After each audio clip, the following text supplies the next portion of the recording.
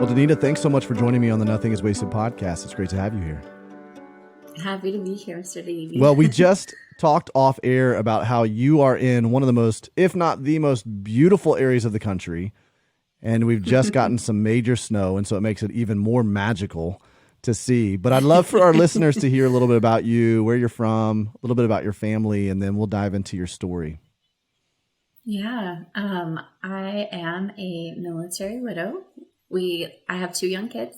We live in Colorado, and it kind of feels like a snow globe when we look outside. It's pretty awesome, and we're just enjoying a fresh blanket of white today. So Wow, yeah. It's awesome. Well, I know that practically it's an amazing thing to have a nice fresh snowfall, especially this time of year and in that area of the country, and a lot of stuff that you can do. But I'm sure that it also is very much a symbol too of what God is doing in your life and in your story, and He's bringing renewal and refreshment in that. And so I'm encouraged as I saw your story come across my desk. I'm encouraged to hear that, but I also am really excited to hear the details of that, where God has shown up in your story. So why don't you back us up a little bit, and whatever you would deem kind of the beginning of this, why don't you tell us what you guys have gone through, and then we'll talk about where God's shown up in that.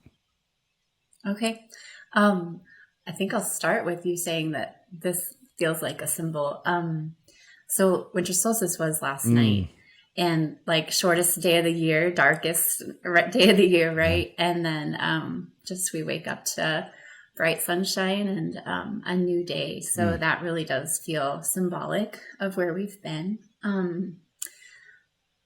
I would say if we back up enough, it's important to explain that as a military family, I was also suffering through a lot of postpartum depression, chronic illness, all kinds of stuff. So moving into new towns, really struggling. Our last duty station was near Omaha, Nebraska. And at that time, I had gotten so ill that I couldn't even lift my laundry basket. I couldn't do my dishes. I couldn't physically or even cognitively do those things. It was pretty scary. So that really did feel kind of like that was my darkest season. It felt like, and during that time, my husband and I learned to fast and pray together. We learned to just get some breakthrough, and God really did heal me. We experienced a miracle. I could do my laundry again. I could answer basic questions. I could even think straight. And that was really new for us. So after that, we moved to Colorado. My husband was about to retire. He had 1 year left. And we were just so hopeful for a new beginning, a fresh start. Like, I remember we went hiking together shortly after we moved to Colorado, just a few weeks after. And the desert was blooming like I'd never seen it before. The cactuses were blooming, and I remember cacti, I suppose. But I remember walking and being like, honey, like, I can't believe this. Like, I'm hiking with you. Like, I'm alive and we're together and we're hiking, because we didn't know if I would make it. And then it was just a few weeks after that we lost him on a hike. So it just felt like such a sucker punch. Because he just kind of got my life back right before we lost his. And so at least I was healed before then, because then I really don't know how we would have been. But we were new in town. So still like trying to find churches, trying to find a church, trying to find schools for the girls, trying to find our people. And then all of that was just a few months before the pandemic hit. So when that happened, I was like, welcome to our whole world. Wow. Like, this is what it feels like to be isolated and not know anybody. So that's kind of how that hit the fan. Wow. But it was during that season that we just really, I don't know, the way I put it was like, I felt like everything that was stable was my husband in our life. Because when you're constantly moving and traveling, home is when you're together. Right. And then all of a sudden we didn't even have together anymore. So we really learned to find the Lord as our rock in a whole new level during that season. Goodness. Danita, I can't even imagine, you you emerge from this real deep, dark place personally, mentally, spiritually, emotionally. You find this renewal together in your marriage. You kind of forge through that fire together. There's this resurgence of hope and inspiration within your relationship together, and then all of a sudden you lose him. How does that, first of all, how does that color in those moments your view of God? I mean, there's so many folks that we interact with who would say, man, it feels like life has just been one blow after the other after the other. And more often than not, I see that take place where it seems like you just kind of come up for air and then you're shoved back down below the surface of the water and, trying to figure out how to navigate the storm. What's that like for you in terms of how do you reconcile that? How do you look at God and go, and how did you then, what kind of doubts and fears and frustrations, anger and rage crept up in you? Yeah. Yeah. All of it. Yeah.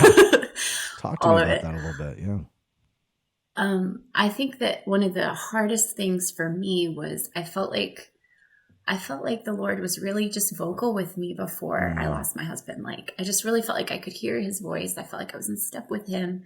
The word felt alive. And when my husband passed away, it just felt like God got quiet on me. He got silent. And to be honest, I felt like you ditched me, like you left too. And I really had to work through that feeling of, I think I already felt isolated because of our story. Like, we didn't have our community yet.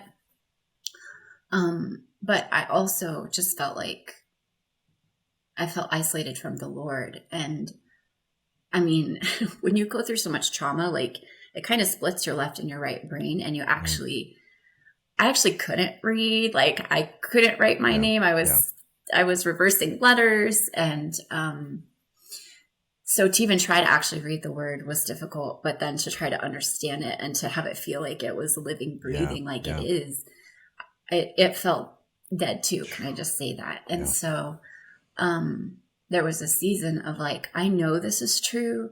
I know you love me, but I don't feel it. I know you're a defender of the widow, but I don't see any defense.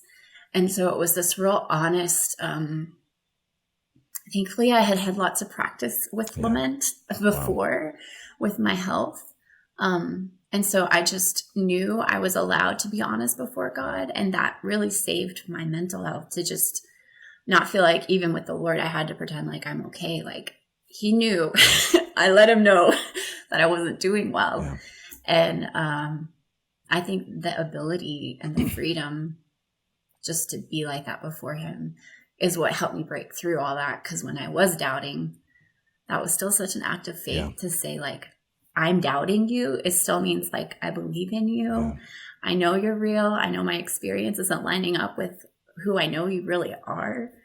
And I had a pastor once when I was real sick in Nebraska tell me that even our biggest doubts is such an expression of faith. And I just really held on to that, because you feel like everything bottoms out, including your faith. But for him to say that, I was like, yeah, like, it's okay if I'm doubting God right now. And that's still the best expression of faith I can muster right now, you know? Absolutely. Yeah. When you lose someone, especially when you lose someone you love, I don't know if this has been your experience, but my experience was that people will often send you a lot of material to read, and it's interesting that you noted that you couldn't, when you go through that kind of horrific loss and trauma. I hear this a lot. People will say, I couldn't read my Bible. I couldn't read anything else. I just couldn't do it. And it's not, they're not saying I wouldn't do it. They're saying just what you said. I just couldn't. I can't figure. I wanted to, and I knew that was where I drew a lot of my sustenance and my nourishment spiritually prior to this. But I couldn't do it. And you're giving us some really good insight in the fact that sometimes that's the way your brain works in trauma. That it really severs your ability to be able to do some of those higher level functioning things that your prefrontal cortex facilitates, and you flip back into fight or flight mode, and that. I think that is something that is extremely common in everybody. how do we, based on your experience and based on what you're sharing with us, how do we actually begin to move forward in those immediate moments? Like, what does that look like? And you mentioned lament, but can you just kind of unpack, is that what you would point people to if you're like, hey, don't worry about trying to read anything right now. Like, here's what you should do right now. Yeah. Yeah. For me, the way I describe lament is just being honest with God about about what's painful, about what's ugly. And, there's a verse, I think it's in Proverbs, it says an honest answer is like a kiss on the lips. Like for me, that just feels like being honest before God is such a picture of intimacy, even when it looks ugly. Yeah. And so, that is a really good first step because it at least breaks down whatever's between you and the Lord. And it just puts you right in his presence. With everything you've got, and he really can redeem anything we give him. Wow. You know, so when we give him all our brokenness, and it happens in chunks and baby steps, and that is a really good first step. Is just just calling out his name. Sometimes all I could just do was just say Jesus. Yeah. And it doesn't feel like it's moving the needle at all for us when that's the case. I had a conversation with somebody yesterday, I guess it was 2 days ago now, that just lost his brother. And it's a good friend of mine. And he was like, Davey, I don't know. I feel like I'm stuck. He lost him a couple weeks ago, but he's like, I feel like I'm stuck. And he's a very goal-oriented, motivated, achievement-based type personality. And he's like, I feel stuck because I kind of feel numb and I feel in shock. And I told him, I said, hey man, that's common. That's normal. Like, you're not stuck. There's a difference between feeling numb and being stuck. And I wonder, I'm curious, based on your experience, like, how would you advise somebody in that immediate aftermath season in terms of evaluating their quote unquote progress or pace of grief? You know what I mean? I think that's a big question that people ask a lot. And it's a big thing that a lot of people try to superimpose their own opinions about into your life. What are some things that you would say based on your experience? Yeah, that it's kind of, I led the book with this because of that reason. Like, people just kind of go through all these misconceptions. Like, there's no report card in grief. Like, you can't fail it. You can't ace it. Wow, like, we feel like we want to evaluate how well are you grieving. Like, I've had people ask me that. Right. I've had people ask, how well are you grieving? And I'm like, I don't know. I'm probably sucking at it right now. It feels like I suck at it right now. Does that mean I'm doing well? Like, what? Right, exactly. Yeah. And like the timeline thing, people feel like there should be, like, I should be here by now. And there's no shoulds. Yeah. There's no timeline. There's no, at the 2-year mark, this will happen to you. Or, that's just not a thing. And, for me, I just come back to that verse that says, he remembers that we're made of dust. Like, for me, that just reminds me, we were made of the earth with his breath. We are given so much grace. Like, he remembers our feeble beginnings. And to me, that just gives me grace. Like, there's no, I need to be here by now. And that permission, just knowing that right off the bat, takes this huge, like, not only are we grieving the person we love, but we're also worried about how we're doing it. And so just to take that off the plate is a huge relief for people. Yeah, that's really great. Yeah. I found that the more that you can take all the other external pressures off of you in that season, which for many of us, it's impossible, right? We have lots of other external pressures that are pushing in that affect that grief. But the more that you're able to deduce which ones are absolutely necessary that have to keep in my life and which ones can I just let go, the more, I guess, I don't know if I want to say more palatable your grief experience is, because it doesn't feel palatable ever at all. But I do feel like the more you're able to focus on what you're actually grieving and focusing on your relationship with the Lord, as opposed to trying to now keep at bay all of these other pressures that are caving in as well. So I think that's really insightful. Yeah. That's good. The question I get a lot too, and I'm curious in your experience what this is like, because I feel like people, even though that can provide some relief, where they're like, yeah, that's good to know that I don't have to have a particular timeline. A lot of times people want to know, but am I gonna resurface from this, right? Yeah.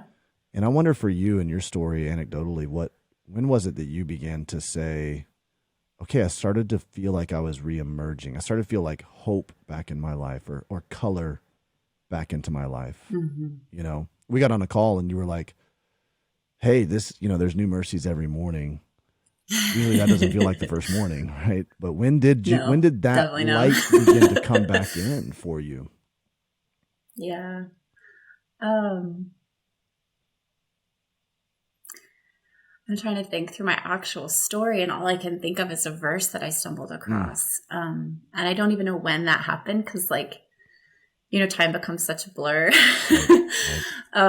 But it's in Isaiah 35, and it just says there will be a day when you have joy and gladness, and sorrow and sighing will flee away. And something that everyone had told me was, you'll always be grieving. You'll be grieving, your whole life. And I just felt like that doesn't feel right. Yeah.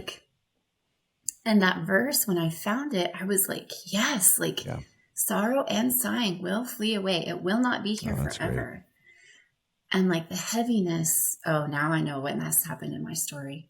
That heaviness it's the spirit of heaviness is not going to be there forever. It's a season. And I don't know why, but our culture just tells you all the time, well, you'll be grieving forever, and this will always be part of your story. I will always miss my husband. I will always want him here. But that doesn't mean that heavy, heavy, oppressive feeling of grief where you can't sit up and you can't eat and your taste buds do come back from the grave. You do rise up again. Because it felt like when I lost my husband, it felt like I died too in many ways, or a big chunk of me did. And just to know that he's still this God of resurrection. But I remember the day now, we were visiting our old church at our previous duty station, and a woman, she prayed over me, and she prayed that heaviness would leave, that grief would leave. And I remember thinking, am I allowed to ask grief to go? As she was praying that, I remember thinking, am I going to agree with this prayer? Am I allowed to agree with this prayer? Is this a thing? I mean, it never occurred to me that I could ask grief to go. And I don't think I could have on day 2. I think the timing of the Lord was beautiful for me to have this woman pray over me. But I remember before I went into that prayer meeting, I was staying with my husband's best friend and his wife, and they're like brothers and sisters to us. So when we were visiting town, we were staying with them, and there was this little plaque in there. They gave us their bedroom, and so we were in their bathroom. There was this little sign that said something about you're my best friend forever, and there was a cute statue of a husband and wife holding each other. And I remember just seeing it was I just so miss when that was my story too. And it hurt, and it wasn't them hurting me. It just hurt. And after the prayer meeting, when she asked this grief to go away, I came home, and I remember I felt physically lighter. And I also, I saw things differently. And that one example of just this little statue and this sign of my best friend forever, I was like, gosh, I'm so thankful that they still have that. I'm so thankful that maybe I'll have that again someday. And it was hope. It was it was the exact same situation, but I saw it so differently. And that really was a huge turning point for me. Because it just gave me different lenses on the world, and so much hope flooded in when all the heaviness left. So, yeah. Danita, I love what you're saying. I absolutely love this, because there are times I felt the same thing. I felt very clearly certain moments where hope and color began to come back into my life, where the gray began to subside, the fog began to lift, the as you said in Isaiah 35, which just so that you guys can reference this is the very end of Isaiah 35, the last line, and sorrow and sighing will flee away. And that's in the New International Version. But I felt that. And then I also experienced some of the same comments or impositions that you were just talking about, where it's like, you're always going to feel this grief. You're always going to carry this. You're always going to, and I've evaluated that. And I'm glad that someone else is expressing that too, going like, but I'm not sure if that's true. If we look at it from a biblical worldview, through that lens. And I wonder if you have any thoughts. I'm sitting here just, I'm reeling, trying to think like, why is that people have that view or say that to you? You'll always carry this. Like, I wonder if you have any insight into that in terms of other people. Like, can we pontificate for just a second? Like, why do people say that? What do you think? I've never thought about why. But I do wonder if maybe it's because a lot of people haven't found healing in their own story. And so they just assume healing's not available. I don't know. I don't know. But I also... Yeah, I think that very well could be. Yeah. I also know that our culture in general just doesn't handle grief super great. Right. And so they try to come up with ways to... it's like an invention. They invent ways to handle it. And I think that's just one of them. Like, well, it'll always be this way. Or, well, suck it up, move on. It's like one extreme or the other. You're like, can some council get together and tell me how I should walk through this, and then we can figure, wow. Man, that's so true. That is so true. The Nothing is Wasted content library of resources and podcast episodes are made possible by our growing community of members. If you would like to be a part of having a global impact and help people partner with God to take back their stories, consider joining Community Plus for just $20 a month. Your membership comes with access to a course called Position for Redemption, masterclasses taught by our certified coaches, bonus podcast episodes, and Q&As with myself and some of our other special guests. You can get more information and sign up at nothingiswasted.com/community. I look forward to connecting with you further within our Community Plus platform. Do you have thoughts? I'm really curious. I'm over here thinking it, and then so I'm externalizing this is without having processed a whole lot. I wonder if a lot of it has to do with worldviews as well. I think that there is so much, especially in Western North American culture and in Christianity, it's crept in so much that we are just so tied to this earth, And so while we, on some level, it feels like we don't quite understand the urgency that our life is, right? On some level, it feels like we're constantly satiating this life or the purpose that God has put us on this earth for with other lesser things. On another level, it feels like we're trying to tie ourselves too permanently to this life, right? And so what I mean by that is it feels like to me that death causes us to like look face to face at the brevity of our life. And so now we're trying to resolve some of the uncomfortable feelings that we have within that, and going, man, if I were to be gone, I would want people to remember me, to ache over me, to memorialize me. And I think that's because we live in a very me-centered culture as well, too, right? So you almost, like what you said, invent these things of going, you're going to always grieve. You're going to always have this wound. You're going to always, and I'm like, yeah, but that doesn't line up with Scripture, right? Scripture says like life is a vapor. It's a breath, right? That we actually are in this life preparing for a much grander, greater, longer life to come, where no more tears, right?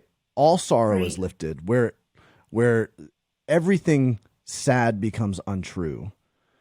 And for those of us as believers, we don't weep or mourn as others weep or mourn. We do weep and mourn, right? But we also know that we have a hope in heaven where all of this is going to be resolved and restored. And so we can look to that, and that's our hope. And so what that does is, I think, is that lifts our spirits then to go, I may walk around with some scars, right? but they don't have to be open wounds. I really can Yeah. heal fully from this. Yeah. And I mean, we talk about this quite a bit, that there's a huge difference between an open wound and a scar. An open wound is, if you touch it, right, it's very sensitive and you recoil and it's hot, you know. And so many times people try to cover that open wound with a bandage or something, or they try to cope with it, or instead of letting the air, or in this metaphor, the breath of God breathe over it, instead of really letting the air do its work there. And then eventually it can actually heal and turn into a scar. And while that scar is still there as a marker in your life, you can point to it and say, hey, this is my story, but I don't feel the heaviness anymore. And so I think sometimes, just out of trying to memorialize and tether things to this earth and people to this earth too much, we forget that, like, no, like, your husband, my late wife, like, they're wonderful right now. And truly, from their perspective, they're going, I don't want you guys to weep and mourn over me, right? I want you guys to turn and look to the Lord, and I want you to help people, like, move forward. Like, this life is going to be so short. Do whatever you do right now, do for the place and the season that lasts, you know? So anyways, those are my unfiltered thoughts on it. But I just wonder sometimes if we try to memorialize things too much, because we're almost projecting our own fear of being forgotten or something. I don't know. That might be a totally bad theory, but that's, you're probably more true. You're probably more dead on with the idea that people just, they haven't healed themselves. And so in order to justify kind of their own state, they're trying to superimpose that onto you as well. But I think people just also repeat what they've heard. True. Yeah. You know, just, oh, I've heard this about grief, so I'll just repeat it. And, you know, I'm sure I have to. But at some point. I'm curious your thoughts on that too. You know, we talk a lot about the ministry of presence and just how important that is. And even over trying to say something that's going to resolve someone's pain. But there are moments where someone says something that's really profound to you as well. You know, I can look back on my story. I'm sure you can as well. How do you, as someone who's filled with the Holy Spirit, how do you discern that? You know, if you're trying to help somebody else in grief, how would you tell them, okay, here's how to discern whether this is a moment to just shut up and be silent, or this is a moment to really speak something into their life? Yeah. I really do think that the Lord leads us. You know, if we're like, God, how do I handle this situation? He will respond in the moment. I was asked recently to pray over a woman who was grieving, and by someone in authority that I respect. And I didn't feel like I was supposed to say a thing. So I just hugged her. And prayed in my heart. I prayed quietly, but I actually didn't pray out loud, which sometimes that's all you need. Like, somebody just please pray out loud over me. At least I was kind of desperate for that, but also because we didn't really have a lot of people surrounding us. But in this particular case, like you're saying, like, everybody's different. Everybody's in a different place. And in this particular case, I just felt like I was just supposed to hold her. So that's just what I did. And hopefully I heard right. But, I think that he's just so gracious to know each of our needs and what we need in each moment, because it's different. You know, one day you need people, the next day you need a break from people, and it changes. So I think he's just really, really faithful to let us know where to go and how to help. But yeah, it is really special when somebody does speak into it, and it is really special when somebody does just sit with you in your tears or sit with you in your, doubts. You know, we haven't really talked a whole lot about this, but, you know, you weren't just navigating grief for yourself, but you're also a mom navigating for others, for your littles. Do you have any advice that you would give to a single mom, a single dad, someone who's found themselves in that situation? You know, it's a tough situation to find yourself in. Yeah. On some level, it gives you a purpose to wake up every single day. I know for me that if it wasn't for my 15-month-old, there were some days I would have wished that I just wasn't waking up, and I'm sure that a lot of people feel that way, but somehow like the Lord propels you out of bed with these little ones, Right. and yet it's a very complicated matter. What kind of advice would you give? Two things that are coming to mind. One of them, as far as just like what's on my own plate, a lot of people will tell me, you have to be mom and dad now. And I'm like, nope. I could barely handle just being mom before. How am I going to add That's being crazy. I dad felt too? that Like same he was pressure. our, Yeah. like he was our rock of our family. He was the stability of our family. And no, I can't do his job too. So to be able to just recognize, like, I haven't doubled my workload. I mean, I've doubled my responsibilities or tripled, but I haven't, like, my job towards my children is still to be mom. That's good. And I had to really just step into a new level of trusting, like, okay, you're their father. Like, I need you to help me in this situation. You're their father. I need you to provide in this situation. I need you to give me wisdom to navigate this one, or, just really trusting that he is still the role of father.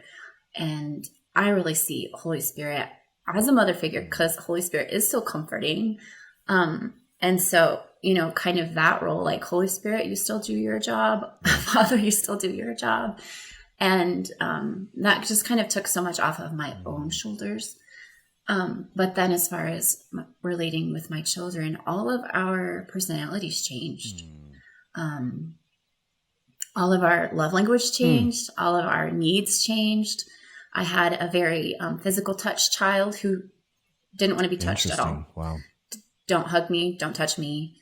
Like, everything changed for all of us. And so, yeah. So we had to navigate, like, okay, well, first of all, who am I even anymore? Because all that changed. Who are you now? Because you've changed. How do we relate to each other now? Because it's all upside down. So, and recognizing that we all, not only has that happening, but also we're all grieving differently. One child could not talk about him. The other child only needed to talk about him. And I tried to go between the two. Like, I mean, it's just a lot, but just the awareness that that's the way it is so helpful, because otherwise you're still trying to meet them the way you used to. You're still trying to meet this old love language when that's changed and it's not doing it anymore. So there was just a lot of like, okay, God, wisdom, wisdom, wisdom. Man. Yeah. You, that's so interesting. I've never really heard that before. That's a new thing. And I'm thinking back, like, that makes a lot of sense though. It's almost like that way that you felt comfort and love. It, almost because of the hurt there, it does cause a little bit of that recoil in that same respect.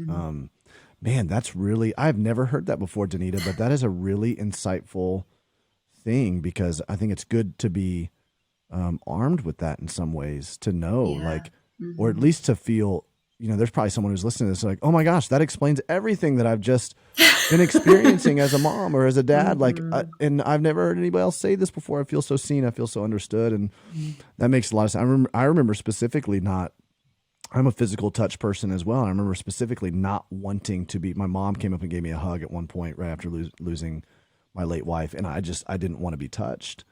And it was like, and part of it I attributed to, I just wanted to feel my wife's touch again. I didn't want to feel anybody else's. Right. And that might have something to do with, as well with kids, but that is a really interesting, it's almost like the receptors that you have emotionally for love now are wounded as well. And so they're so much more sensitive that it's like they can't handle some of that. Yeah. I think that's true. I think it also, like, I think of all the needs that my husband met that all of a sudden weren't being met. And so I think at some point, I mean, if I'm honest, I think we just took those things for granted. And then all of a sudden when that wasn't there, in some ways it was like, oh, like now I extra need that, that way of feeling loved. Like, just, for me, I was the opposite with physical touch. Like, it was kind of like, okay, like, I like to hug you and, whatever. It was like kind of the bottom of the barrel for me. Yeah. Like, I needed it, but it wasn't like the top. And then it switched to the top. I was like, hug me, somebody hold me. Like, I just need held. It switched for me. So it's just really interesting. And I think it's because some of those needs were being met in a way that I couldn't even process, like, I couldn't even understand before how rich that was. I don't know. Wow. This may or may not be, but I'm curious if this relates to some of the things you talk about in your book. You've written this book, When Mountains Crumble, Rebuilding Your Life After Losing Someone You Love. And you talk about the topography of grief, which is, I've never heard it termed this way. As soon as I read it, though, I was like, that describes exactly what you experience. But does some of that relate to this idea of topography? Maybe explain what that means and just kind of how different seasons, require different navigation. Yeah, I think I was reading Grief Observed by C.S. Lewis, and he kind of, that was kind of the first, I don't know that he used the word topography, but he kind of painted the scene of like, all right, well, I think I'm going to be around this bend in grief, and I think there's going to be this on the other side, and sometimes there isn't, sometimes there isn't. He was basically trying to say, like, we can't really predict what's going to be in front of us and how our path is going to go. At least I think that's kind of what he was saying in such a I was going to say, sometimes we really don't know what C.S. Lewis. She was like, that was beautiful, but I have no idea what you just said. Yeah, it was pretty.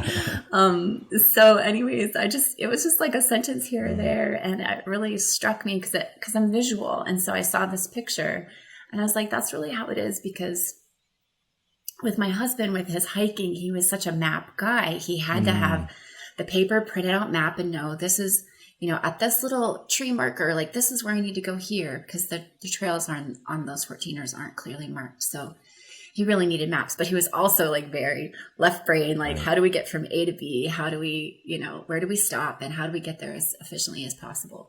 But I'm like artsy fartsy, like, ooh, isn't this pretty? And I just like, I love maps because I like to use them for scrapbooking or making cards, or, like for me, it's just pretty. And I get in a car and I don't know where I'm going. I just let somebody drive me. Like, I'm just happy to be, looking out the window.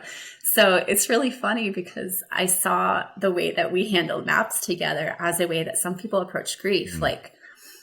Like some people are just like, get me out of here. How do I get from A to B? Like, I want this over with. I want to get through it. I want to be done with it.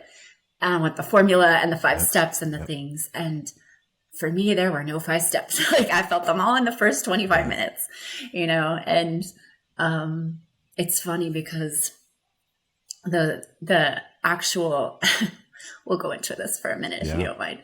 The actual theories of the 5 stages of grief was written by a woman who was actually not studying people who were grieving loss of a loved one. They were grieving, they were people who were dying themselves. Totally different process, which I know because I went through that before my husband died. I thought I was dying. And so I can totally understand the stages she's talking about and the way you have to grapple with the end of your own life. But what happened was, this was like almost 40 or 50 years ago when that theory came out. Everyone just applied those stages to everyone grieving anything. Yeah. And it really has honestly messed a lot of people up because they're like, man, I'm like not depressed. Should I be feeling depressed? Because it's one of the stages of, whatever. Like they just start to feel like, well, I should be doing this, but mine isn't linear and it's not lining up with that. But Elizabeth Kubler-Ross, she herself said, like, it's not linear. Grief isn't supposed to be neat little categories or packages. And so that's kind of this idea with the topography, just there's no A to B, but if we can just realize what is on the map, it just is kind of grounding. Like, okay, I actually drew a picture for myself. It was a little stick figure doodle. Like, okay, here's the bridge of frozen pizza, or, just all the things that I saw in my daily life as part of my grief experience, and just to put them on one piece of paper was just kind of like, okay, like, it didn't really fix anything, but it helped me realize this is where I'm at. And it also helped me think, I won't be here forever. And that just was really helpful. So that's actually an activity in the book that people have really enjoyed doing, is just drawing out their own map of sorrow. Like, what do they see on a regular basis? And it's so amazing, the things that people will come up with. I love that. That's amazing. We have this course I told you, Pain to Purpose, and everything is branded outdoorsy, hiking, mountains, trees, because of that very thing. We don't call them steps. We actually call the 11 videos waypoints, because they're there on the map, but you don't really, honestly, everybody's journey from one waypoint to the next is going to be different. And you might be bouncing back to other waypoints, right? But the key is the guides that are able to help you navigate from one waypoint to the next. And for some of us, it's actually people, right, that help us navigate those grief journeys. I know that you could probably point to and attribute so much of your healing to actual physical people that God brought into your life. And then for some of us, it's the Holy Spirit, it's God's word, it's other guides along the journey. But I love what you're saying, because what you've written about in this book lines up so much with, what we're seeing as well, and what we put down in this course for people. And so that's it's phenomenal. That's so cool. That's so cool to see. And that map that you're talking about within the book, of being able to map out your own journey. What are the things that are on your, what'd you call it, grief map, or? I think we called it a map of sorrow. But that's so good. My brain feels a little mushy. That's okay. Map of sorrow. That's amazing. I love that. One of the things that is very difficult for people, especially for folks who are parents in grief, is to figure out how to, balance or hold in tension the self-care, soul care with care of others who are also going through grief. I'm curious what your experience has been with that, and some things maybe you learned along the way with that. Yeah, we were in such crisis mode for so long. Beyond what was obvious, like, we just had crazy things happen. Like, I went through 2 alternators in the first year. Gosh. I stopped counting at 18 times the car batteries died. Even brand new ones, just completely dead. After your husband drained. passed away, is what you're. Yeah. Okay. Wow. Yeah. Were these things and he we would had all typically kinds take care of, and so you would. So all of a sudden now you're having to worry. So I didn't even know how to do any of this stuff. Jeez. We had 5 major appliances die, 5 major plumbing leaks. I mean, just gosh. There was literally a new crisis every 3 to 4 days. And that just went on and on for a couple years or more, actually. And so how do you like meet your children when you're just like literally putting out house fires all the time? I just will tell you, I have no idea. Like, I think that I had to lean so much into prayer and so much into like, Jesus help me.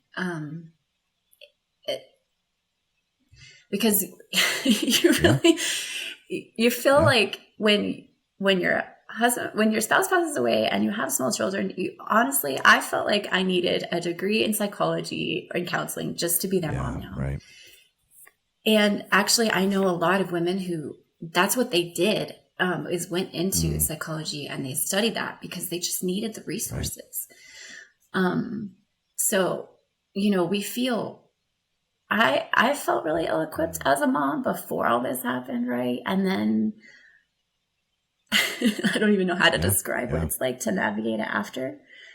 And it just really has to come down to like what we said before about trusting God to be Father, trusting Him to meet them in their dreams, trusting Him to meet them as they're going to school. And just desperate prayer. Yeah. Here's what's interesting, Danita. I can see it in your face. You are proclaiming a truth that is such a profound truth, but forgive me if this is wrong, but it's almost like you're wanting to tell people more. I wish I had But that's more. the reality. And that's so important for this moment right here. I want everybody to lean in about this, because the reality is we live in a culture today where we have a plethora of information and instruction at our hands. We can go to YouTube. We can go to, everyone's got resources for you. Everyone's got resources. And yet we still find ourselves in situations all the time. And I would venture to say that this is part of the architecture, the construct of being a human being. is we find ourselves in situations where we cannot do it. We are completely insufficient. We do not have the resources available, and that's where the Lord shows up the most. Right. He is our ever-present help Right. in time of trouble, right? That this is the most important thing about our lives, especially as believers, is that in these situations, in these seasons where we do not know how we're going to be able to move forward or forge ahead, God shows up, and in his grace, he parts the Red Sea, or he does what only he can do and provides that help. Mm-hmm. And the Holy Spirit is the helper for that reason. And I love that I could see the battle inside of you, but I'm going, no, you know what, Danita? No, don't try to tell people something that is some, quip, some pithy piece of advice. That is exactly right. Like I want all of us to, and I have to remind myself that all the time. And thank you for reminding me in this moment right now, Danita, where it's like, only the Lord, like this is not your battle. You need to only be still. He will fight your battle for you. And he knows the limitations that you and I have. And he's there to rescue. And I think sometimes we almost don't welcome or facilitate that because we are trying to figure it out on our own. God's like, well, okay. I mean, I'll let you try to figure it out on your own, but it's going to bring you right back here. And that's powerful, Danita. Yeah, I think that's when I didn't think I was going to make it, I think that was one of the major keys he gave me, was that even when my faith has bottomed out, he's still faithful. And just understanding, like, even when my strength has bottomed out, he's still strong. Even when my ability to think straight has bottomed out, he has a plan. He has a way out. He has a way of redeeming it. And I think it just comes down to like, I can't, but I know you can. It's powerful and beautiful. And I think that's where every single one of us in our grief journeys, if there is a universal truth about grief, if there really is a quote unquote how to, I think it comes down to that. Even though I can't, I know that you can, and you'll show up in this. And he does. He's faithful. He's faithful to show up. Yeah. Danita, this has been wonderful. This has been just such a wonderful reminder, even for me. I know so many of us, we're forging ahead. We're just trying to make things happen. And we don't like the feeling of feeling insufficient. We don't like the feeling of feeling incompetent about certain things. And so sometimes we just have to acknowledge that. Yeah. God, I need you. In the beginning, you were talking about what do you do when you feel like you're like drowning? And a woman, she was in prayer and she saw a picture, and she actually painted a watercolor of it for me. She saw a picture of me scuba diving in deep, dark waters. And I was like, and she just kind of gave me this assurance that you feel like you're way far under, and you are, but like he's given you the equipment you need. And for some reason, just hearing that, I was like, okay. Yeah. Like, it just feels like what we're saying now. Like, okay, I should be drowning. I'm breathing. Yeah. He's given us everything we need. He's given us all the grace that we need, even if it doesn't feel like it, because I've tried scuba diving and it was really bad, because trying to tell my brain to breathe, even when I was underwater, was like creating panic in me. And that's kind of what that season is like. Like, I know I should be drowning, but I'm still walking somehow. Man, that's so good. That's so good. Well, guys, you guys need to make sure that you pick up Danita's book, When Mountains Crumble.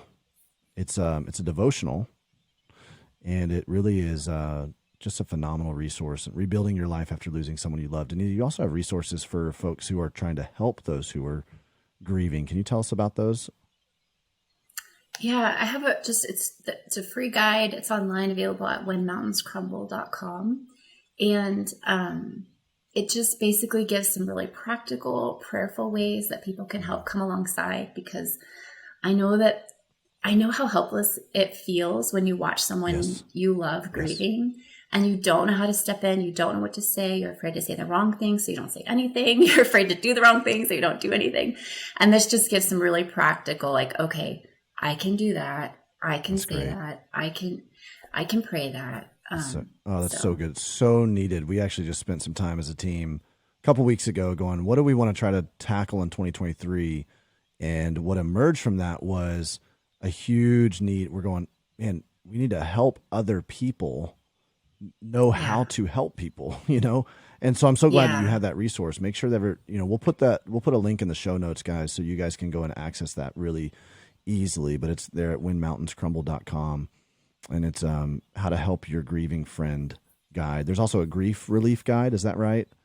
There. And so we'll put those links there and you guys can access that. And we'll make sure that we obviously put a link to the book. But Danita, thanks so much for spending time with us today. This has just been wonderful. It's really stirred me up. So thank you. Yeah, I've enjoyed this. Thank you. Hey friend, if you liked this episode, be sure to like and subscribe so that you can stay in the loop every time Nothing is Wasted releases a piece of content here on this YouTube channel.